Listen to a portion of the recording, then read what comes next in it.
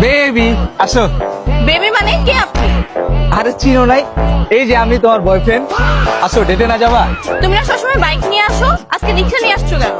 আর বাবু বাইকের কথা কইও না, বাইক চালাইছি, বাইকের টাকা দিয়া এই যে একটা রিক্সা কিনা লইছি। মানে কি? কি করবো কও, তেলের যে দাম 200 টাকা লিটার তেল, টাকার সাবজেক্ট তেলে বাদ দিলাম 2-3 ঘন্টা সিরিয়ালে খাড়ায় তারপরে তেল লইতে হয়, তাও কি 1 লিটারের বেশি দেয় না। আর তুমি তো বাবু ডেটে আসলে হাঁটতেই পারে না, তোমার হয়তো বাইক লাগে আর নাইলে গাড়ি লাগে। এখন বাবু গাড়ি তো কিনতে পারুম না, এই লেগা বাইক বেচা রিক্সাই কিনা লাইছি। চলো আসো ডেটে যাই। তেলের দাম বেশি দেখে তুমি বাইক বেচে রিক্সা কিনে ফেলবা? তুমি শুধু টাকাটাই দেখতেছো, এই যে পাম্পে গেলে যে 4-5 ঘন্টা সিরিয়ালে দাঁড়ায় সময় নষ্ট করতে হয়, অতটুকু সময় আমি রিক্সা লয়ে বাইরেলে 4-5টা খেপ মারতে পারুম, আর খেপ মাইরা 500-600 টাকা ইনকামও করতে পারুম।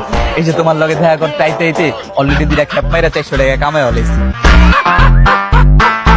আহো দুজনে ভালো একটা রেস্টুরেন্টে যাই, খাই, আর যেতে যেতে মনে করো যদি প্যাসেঞ্জার দিয়ে একটা পাই লয়ে এলো মনে। আহো। আরে তোমার আইডিয়াটা তো অনেক জোস। তোর মতো রিক্সাওয়ালা বয়ফ্রেন্ড না, তোর মতো স্মার্ট বয়ফ্রেন্ড সবার দরকার। চলো। আসো, আজকে তোমারে নিয়ে রিক্সা পুরো সারা ঢাকা শহর ঘুরে, ভাড়া কিন্তু বাবু অর্ধেক দিতে হইব। আমি কেন ভাড়া দিব?